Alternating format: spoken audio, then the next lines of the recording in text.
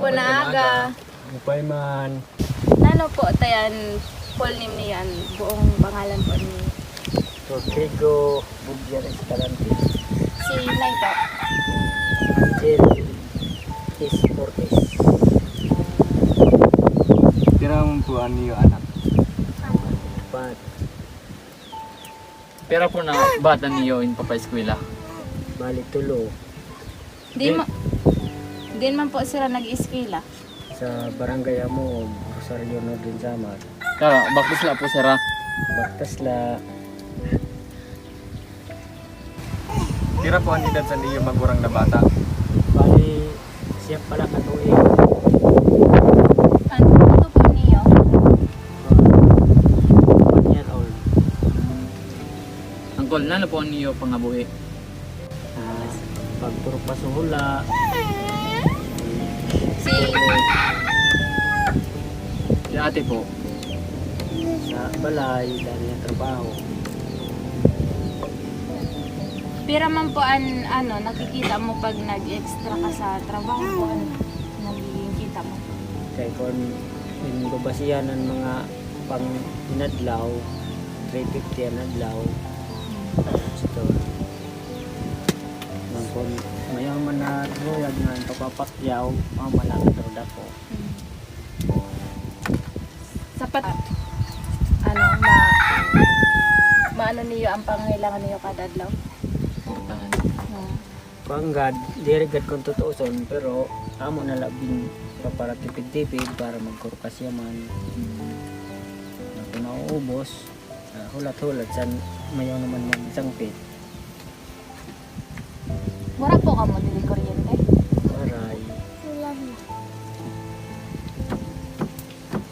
Tara, pag kagabi niyo pagkaon kay masarong duluman. naupuan, mantener sa ilaw nga kasira. May nakukuha man po ka mo dili na hali po na bulit po hali sa gobyerno. Tao yun manan sa purpose. Tapos di ba po may ano si Nay Sa kuha na niya bagaw sa PWD. Kaman siya. may nakakarawat na po.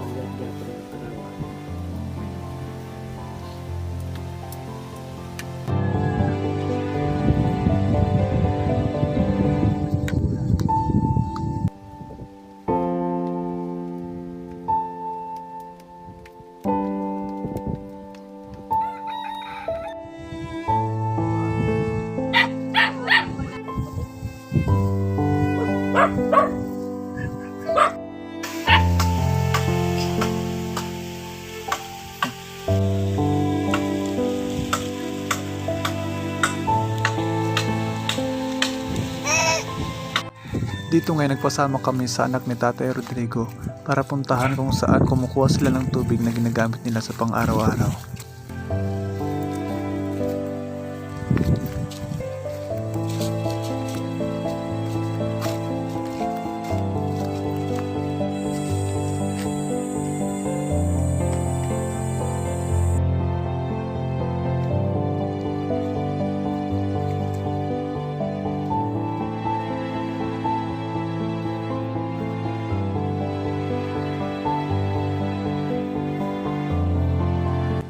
Pagdating nga namin dito, bumungad nga yung medyong maruming tubig na ginagamit nila.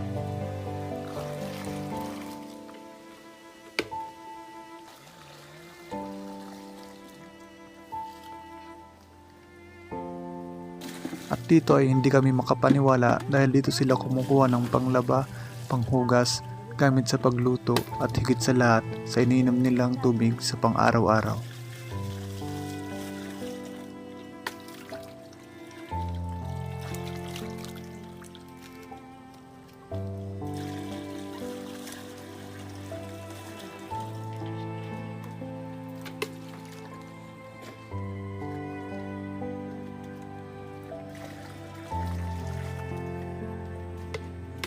At dito ngayon napagpasya ng mga kasama ko na umalis muna kami at mag-ambag-ambag para makabili ng kahit kaunting groceries at may bigay kila Tatay Rodrigo.